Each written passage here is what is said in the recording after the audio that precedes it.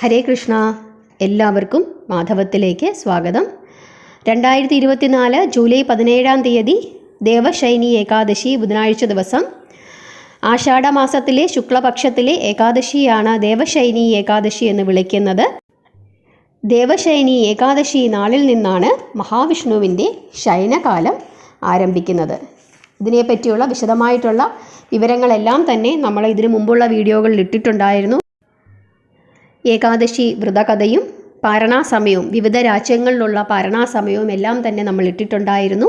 ഇനി ഏകാദശി ഭക്ഷണം നമ്മുടെ രണ്ടാമത്തെ ചാനലായ കൗസ്തുഭം വെജ് ഫുഡ്സിൽ ഇട്ടിട്ടുണ്ട്. അത് നിങ്ങൾക്ക് പോയി കാണാവുന്നതാണ്. ഇനി ഇതൊന്നുമല്ല പറയാൻ വന്നിരിക്കുന്നത്, മറ്റൊരു സമയത്തെ പറ്റിയാണ് പറയാൻ വന്നിരിക്കുന്നത്. വളരെ പ്രധാനപ്പെട്ട സമയമാണ് നാളത്തെ ദിവസം, ഹരിവാസര സമയം. അതായത് ഭഗവാൻ ശ്രീഹരി വിഷ്ണുവിൻ്റെ ഭൂമിയിലുള്ള സാന്നിധ്യം, അത് ആ സമയമാണ് ഹരിവാസര സമയം. ഭഗവാന്റെ സാന്നിധ്യം ഏത് സമയത്താണോ ഭൂമിയിലുണ്ടാകുന്നത്, എപ്പോഴുമുണ്ട്, എങ്കിലും ഏകാദശി തിഥിയിൽ ഒരു പ്രത്യേക സമയത്ത് ഭഗവാനെ പൂജിക്കുന്നത് വളരെ ഉത്തമമാണ്. ആ സമയമാണ് ഹരിവാസര സമയമെന്ന് പറയുന്നത്.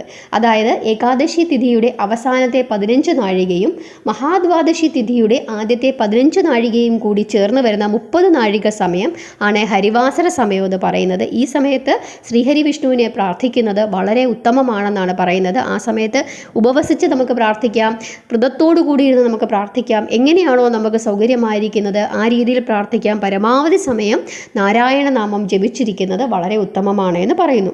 ഈ സമയമാണ് നാളെ, അതായത് ജൂലൈ 17 പകൽ 2:51 മുതൽ രാത്രി 2:53 വരെയുള്ള സമയം.